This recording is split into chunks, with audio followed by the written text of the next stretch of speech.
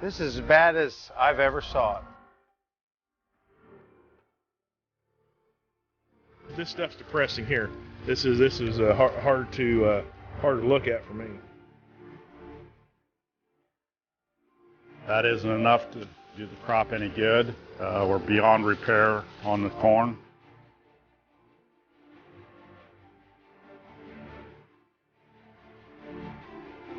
The drought concerns this year have expanded exponentially. The crop I planted right now, I have more invested in this crop than I have invested in any other crop in my life. People don't realize we have no boss and we have nobody to help us. The hog operations are going to be really hurting because they need to feed corn. The poultry is really going to be in a squeeze because they need to, that's all a chicken will eat is corn. And the dairy guy has to feed corn to get his cows to produce lots of milk.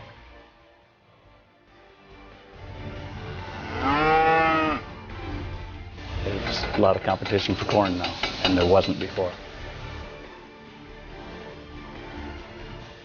And the ethanol industry is allowed to continue to make alcohol, the crop is going to get ate up, and it's not going to go into food.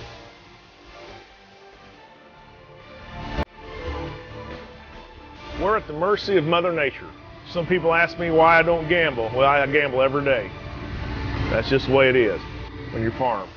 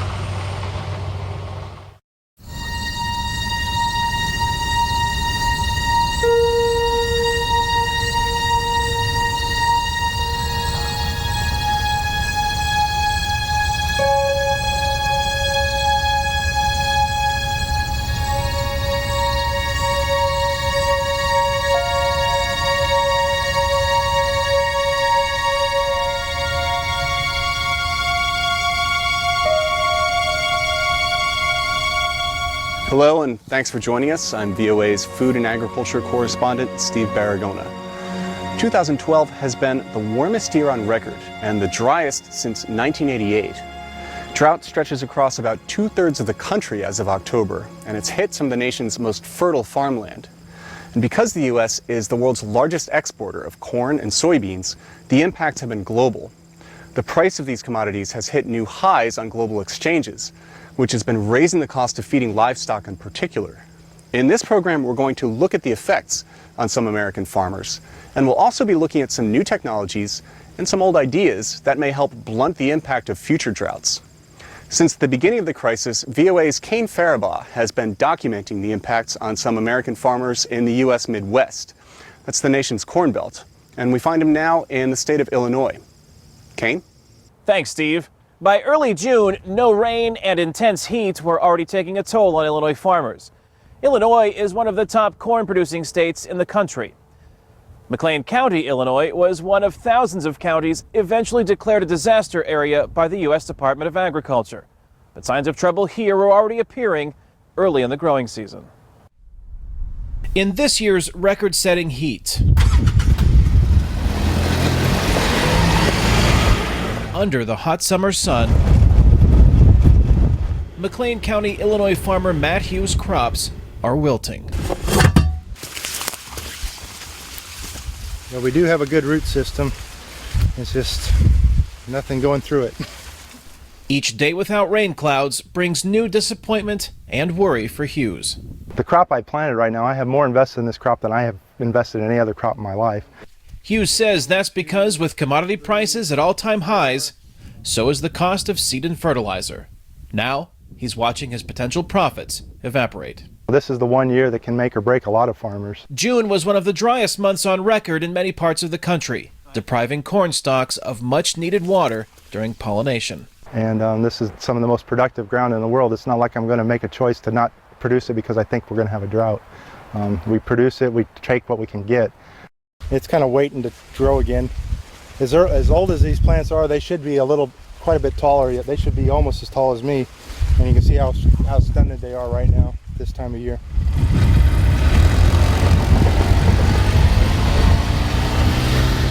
Matthews Farm in McLean County is in the heart of Illinois.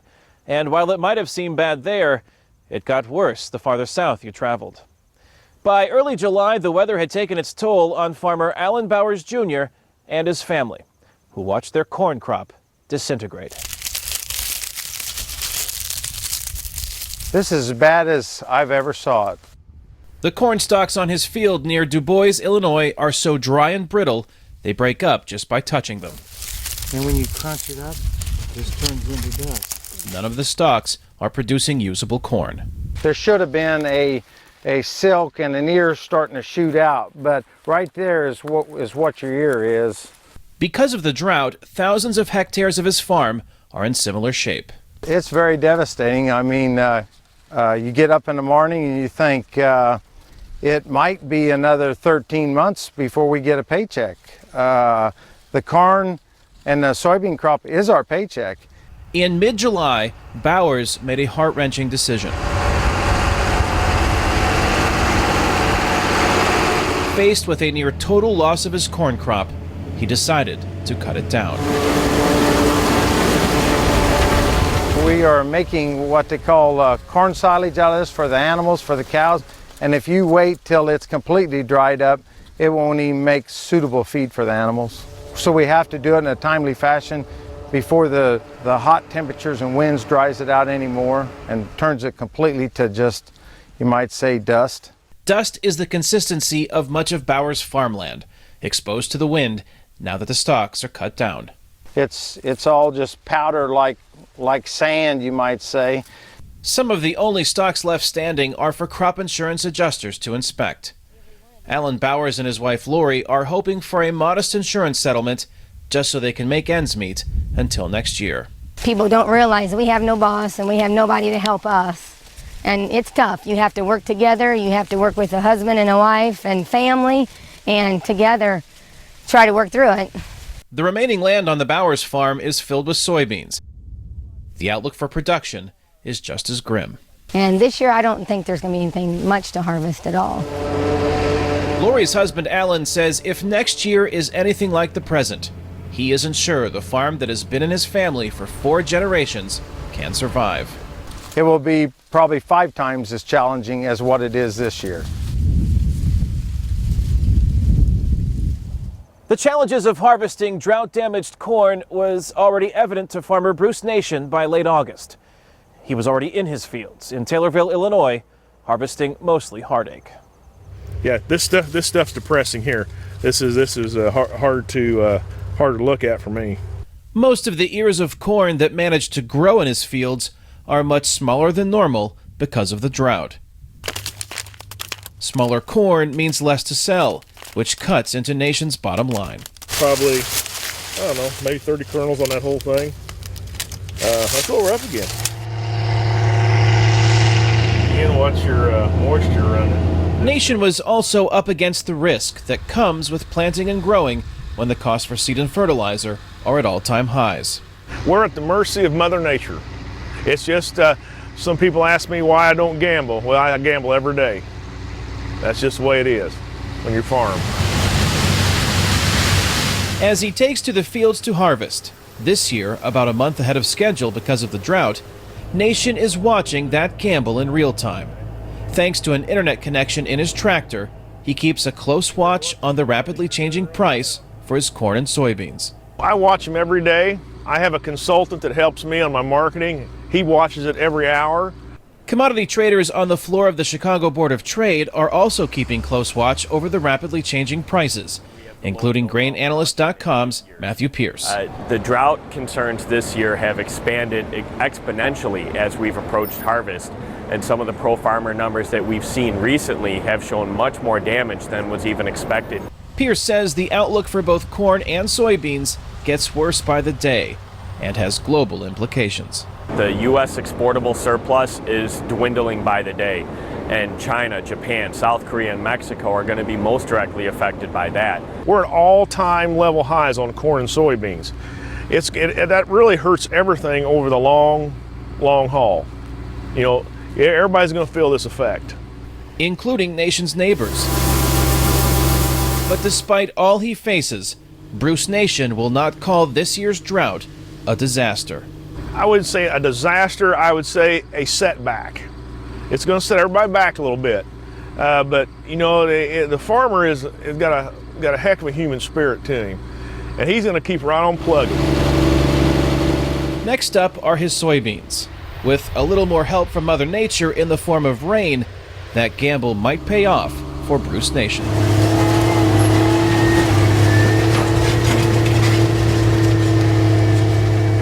Farmers will harvest about 13% less this year than they did last year, according to the U.S. Department of Agriculture. That's the smallest crop size in 6 years. All of this comes at a time when demand for U.S. grains are at an all-time high worldwide. Most U.S. corn goes to feed livestock, so the smaller crop size means the cost to feed those animals is up. Meat prices are expected to increase about 4% over the next year or so here in the United States. Those higher prices will have the biggest impact on livestock producers like Eastern Iowa farmer Rob Ewald. On his farm outside Davenport, a creek bed usually flowing with water is almost completely dried up. His grazing pastures are so bare, he has to bring in hay and water daily to keep his cows fed. To make matters worse, some of his corn crop has wilted, and Ewald is worried that low supply and high prices will impact other parts of his farming operation. The hog operations are going to be really hurting because they need to feed corn. The poultry is really going to be in a squeeze because they need to, that's all a chicken will eat is corn. And the dairy guy has to feed corn to get his cows to produce lots of milk. While campaigning in Iowa, President Barack Obama announced the U.S. government would buy up to $170 million worth of pork, chicken, and lamb to help those producers affected by the drought. Ewald views the announcement as a political maneuver. In the short run, it's going to help us, but to sustain us through what we're going to see over the next 8 to 10 months in these crop prices and our input costs for livestock, it's not going to do much at all. To add insult to injury, not only do those crop farmers have to worry about harvesting that crop and keeping their animals fed, they also have to worry about how that crop is transported.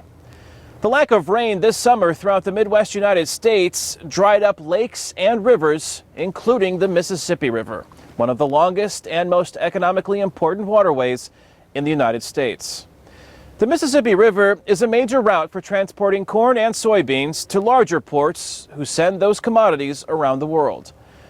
Keeping this river navigable during the historic drought fell on the U.S. Army Corps of Engineers. It's another day of intense heat in the Midwest United States. And another day without rain on the Mississippi River. On board the U.S. Army Corps of Engineers survey ship, the MV Pathfinder, Captain Terry Beckett is watching the river level drop. You see probably 15, 20 foot more bank than we had at this time last year. The sandbars behind you were not exposed last year at this time. Last year, heavy rains flooded the banks along parts of the Mississippi. This year, the level is so low, shipwrecks normally hidden underwater are plainly in view. It's low and it's bad, but it's not the end of the world bad. The industry just lightens their loads and hopes for the best. That industry ships corn, soybeans, and wheat from farms in the Midwest to destinations around the globe. 60% of all grain exported from the United States travels on barges along this waterway. Any disruption has a ripple effect. So there's a lot of money at stake for these farmers, and there's other commodities that are coming down the river as well. It's not just grains, but it's also some chemicals are coming down the river, coal is coming down the river, various different things like that. Jason Brown is a hydraulic engineer with the Army Corps. He says ships need a channel nearly 3 meters deep and 91 meters wide to safely navigate. We are at a low enough stage with the anticipated forecast going lower that we're starting to initiate some communication between the navigation industry, Coast Guard, and the Corps to make sure that we are accounting for all the things that need to be accounted for as water levels drop. Part of that accounting begins with Captain Beckett and his crew. They locate the shallow spots that could endanger traffic. We run a dredge survey, and then when they decide whether it needs dredging or if we can buoy it. If we can buoy it, certainly that's the quickest solution. Obviously, the further it drops, the more dredging sites are going to pop up. Companies that load their barges will have to lighten their loads as water levels drop, says Russell Arrett with the U.S. Army Corps of Engineers. Since the river stages are lower, they have to kind of restrict their barge configuration, so that kind of cuts into some of their dollars and raises their O&M cost. But Arrett says the Mississippi River is still the most efficient way to ship commodities, as long as it stays open to traffic.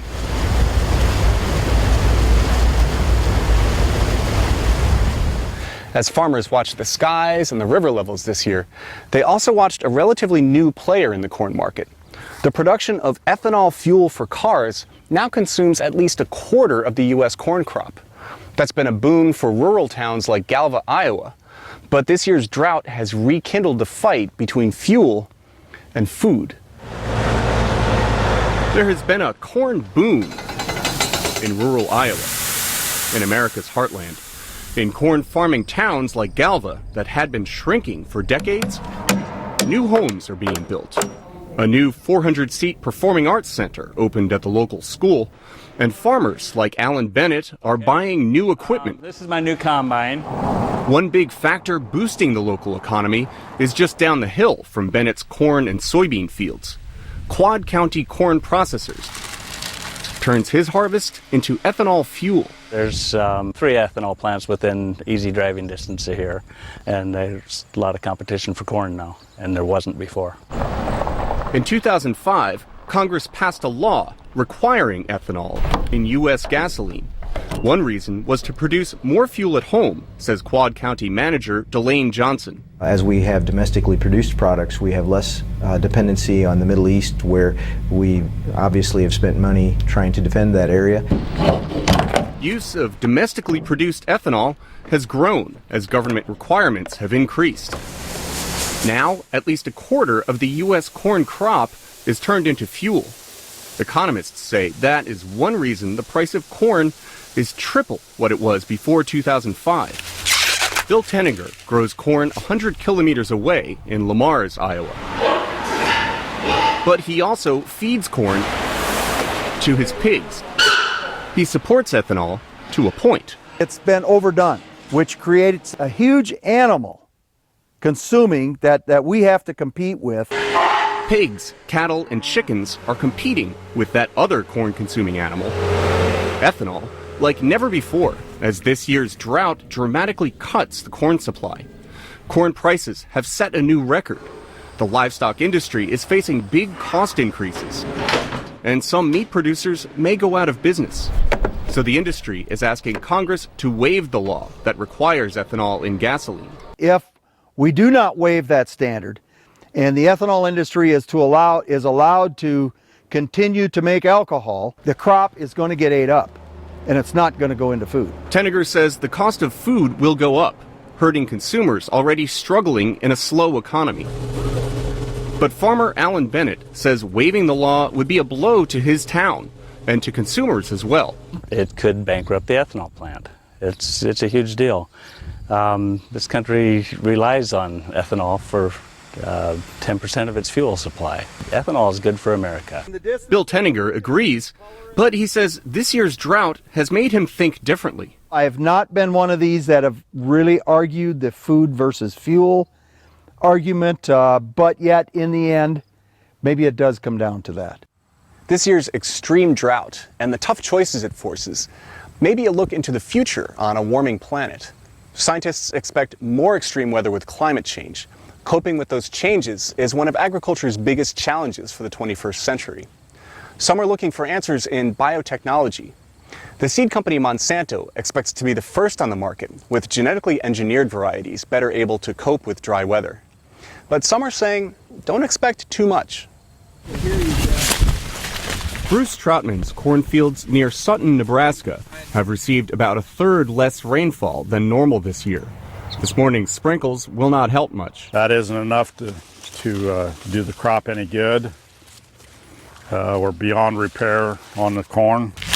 But Troutman is one of about 250 U.S. farmers field testing a new kind of corn, genetically engineered to tolerate the stress of drought better than conventional varieties. This ear here has the drought tolerance in it, drought gene. This ear does not. So you can see the difference in size, difference in kernels. The difference, according to Mark Edge with the seed company Monsanto, is a gene the company added to the corn plant. The gene is actually found in soil bacteria. It's a common soil bacteria. And what it does for the bacteria is it helps it survive through that stress. Here's how it works. In normal conditions, a thin chemical ribbon carries instructions to the cellular machinery that makes corn plants grow. Under stress, that ribbon gets tangled and the machine jams. Adding the bacterial gene helps keep the chemical ribbon untangled and the machinery running smoothly. Bruce Troutman's corn looks good, but Monsanto's Mark Edge is cautious. Growers are very excited about it, but we need to wait until the yields come in from this fall to really get a better evaluation of that. Critics, like Doug Gurian-Sherman with the Union of Concerned Scientists, say do not expect too much. It's a step forward, but it's very, very modest. Gurian-Sherman says in severe droughts, the added gene may not help much. Some of Troutman's neighbors got less rain than he did. It's not clear that the drought gene could have saved them. And Gurian-Sherman notes conventional crop breeding and better soil management are also improving drought tolerance without the cost and controversy of genetic engineering. There are more cost-effective and more reliable at this point ways of improving things like drought tolerance. And we need, I think, to put more of our effort into those areas. And while he does not have any immediate safety concerns, he says testing should be more rigorous. Monsanto's Mark Edge says the seeds have been tested and regulators have approved them. And he agrees conventional breeding and soil management are important. There isn't one thing that's going to address drought. It's a combination of things, and this is a very powerful tool. On land getting drier with climate change, that combination of tools will likely include a crop that originated in Africa. Sorghum is a minor part of the U.S. harvest today, but as corn crops have withered in the worst drought in decades, more farmers are looking to this crop for the future. Walking through lush, green fields of sorghum, Nebraska farmer Fred Prokop treads on ground deeply scarred by weeks of drought. But he says the sorghum crop is patient. It'll wait for water, but like corn, you know what, that's done, even if it does rain. His corn crop is suffering, as it is in much of the U.S. Midwest this year, says University of Nebraska researcher Ismail Dwicott. And you could see how dry and how dead this corn is. You don't even have an ear on it. The shrunken corn harvest will raise the price of meat, milk, and eggs as the cost of feeding livestock goes up. Years like this one are why Dwicott is a passionate advocate for an underappreciated crop. Sorghum is used to harsh environment because it's raised there. Sorghum comes from hot, dry regions of Africa, where it is a staple grain and the stalks provide animal feed. Its waxy leaves and deep roots are better suited for arid climates than corn is. And Dwicott says that's going to be increasingly important. I think maybe this is the first year we have real drought in Nebraska, but I think more of it's to come. And he says making ethanol fuel from sorghum is more efficient than corn. A significant factor when at least a quarter of the U.S. corn crop goes to ethanol. With all that going for it, Dwicott has faith in sorghum. I know that it's maybe next year, the year after, 10 years from now. Even after I die, sorghum someday will be the crop. While Ismail Dwicott puts his faith in sorghum when the corn crop withers, most American farmers put their faith in crop insurance. Crop insurance payments in this very bad year may top $20 billion, which would nearly double the previous record. But one Iowa farmer has gone without crop insurance through decades of ups and downs, and he's done it by breaking with conventional wisdom. It's okay. 80-year-old Dick Thompson may not look like a radical farmer. I'm old-fashioned. and I'm proud of it. But Thompson's old-fashioned ways are radically different from other Iowa farmers, and they work. It's filled out to the end. He says he is earning more money per hectare than his modern farming neighbors. The yields tell me it's working, and don't mess with it. Matt Liebman wants to know why it's working. His research fields at Iowa State University mimic much of what Thompson does. The reason we're doing this is because of what he's doing. One thing Thompson is doing is raising cattle, when most Iowa farmers got out of the livestock business years ago. If I'd sell the cows, I would be like everybody else around me, corn and beans. Corn and soybeans carpet the Iowa landscape. Many farmers here grow nothing else. And when those crops do poorly, as they will in this year's drought, payments from crop insurance keep farmers in business. Well, I have never bought crop insurance since we started to farm. Instead of crop insurance, Thompson protects himself the old-fashioned way. He raises corn and soybeans, but he also raises hay and oats, along with the cattle and hogs. I think it's common sense. You got diversity, and you got some protection there. If one crop doesn't do well, maybe the other one will make up for the difference. And his hogs and cattle provide more than just income. They also provide manure to fertilize the soil, so Thompson does not have to use chemical fertilizers. And the manure helps the soil hold water, another form of insurance in a drought, says Iowa State University researcher Rick Cruz. It really adds to the condition of that soil that does favor crop growth, particularly under stress conditions, and that's the kind of conditions we're experiencing this year. Conditions farmers everywhere will face more often with climate change. Matt Liebman says his research shows Thompson has lessons for all of them. Well, there's pods here. Looking towards diversity, crop-livestock integration, the careful stewardship of the soil, making the best use of every drop of rain that falls. I mean, those things are all lessons that we should know here, and they're even more important elsewhere. And Thompson says with his way of farming, everyone wins. I think it's a better way of taking care of the land and the environment and the pocketbook. You can have all three.